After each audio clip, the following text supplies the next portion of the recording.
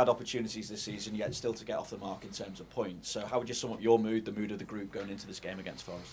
Yeah, the mood's good. We should have more than 0 points from the 2 games.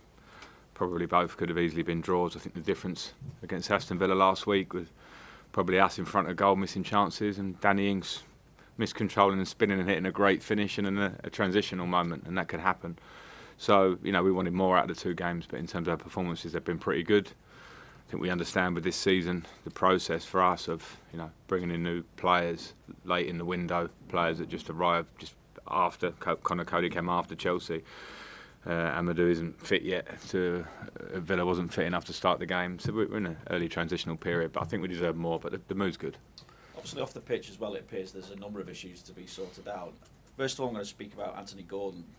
How likely do you feel it is he will still be an Everton player once the window shuts, given obviously Chelsea have been in and made that bid for him? Yeah, he's an Everton player, isn't he? So I don't want to talk about likely or hypothetical questions of what may be. He's an Everton player.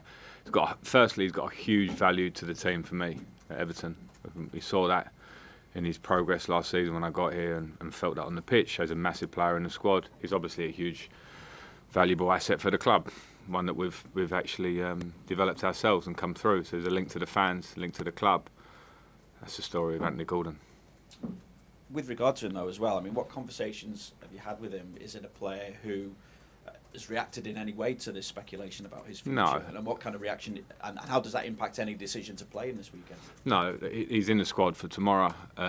Any chats I have with him will remain private. I'm not going to sit here and publicly talk about those. And as any player should do, they have to get on with their game and their own form and train well and prepare well and play well with our player. It's as simple as that.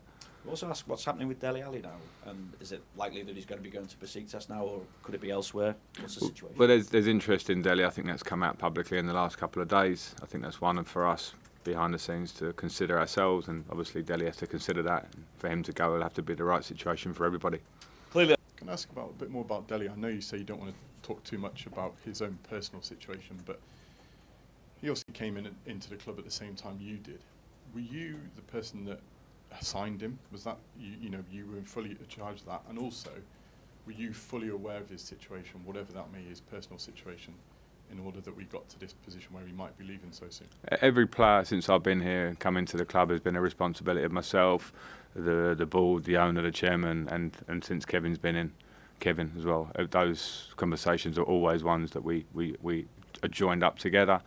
It obviously happened very quickly when I got into the club, and we knew we needed to have players in the midfield area. We were short there on injuries, and the balance of the squad didn't feel quite right. So I think the intentions in bringing him in were pretty clear at the time. In terms of what was the second half of your question? Sorry. Just were you fully aware? Obviously, you're alluding to issues that perhaps you don't want to talk about, but were you fully aware of those issues when you signed him? Well, yeah, I think everybody. I didn't know Dele personally, and I think everyone was aware of the curve of his career, and what he'd achieved and where he was at.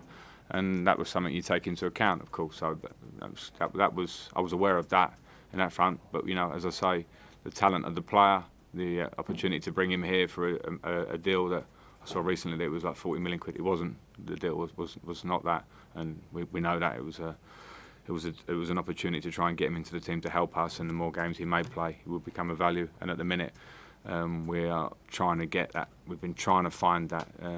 Level of performance from him. He needs to keep working no matter what happens today, tomorrow, next week, next month. He needs to keep working, because the only thing I know in football that I know for sure as a coach, many things you don't know for sure, is that hard work on the training pitch correlates with how your performance is. That's all I know, and that goes for every player.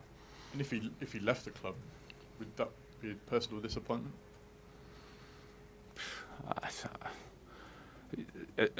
In my job, you have to have the football side and you have to have the human side. I like Dele. I want to help all the players. I want to sit there and be able to talk to them no matter what's going on in their life, if they want to talk to me about it.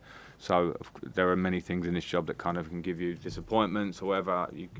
The main thing I want to do is be a support for the players and get football results. So again, it's one of those that just becomes too much of a personal question to talk about him on that one. Okay, just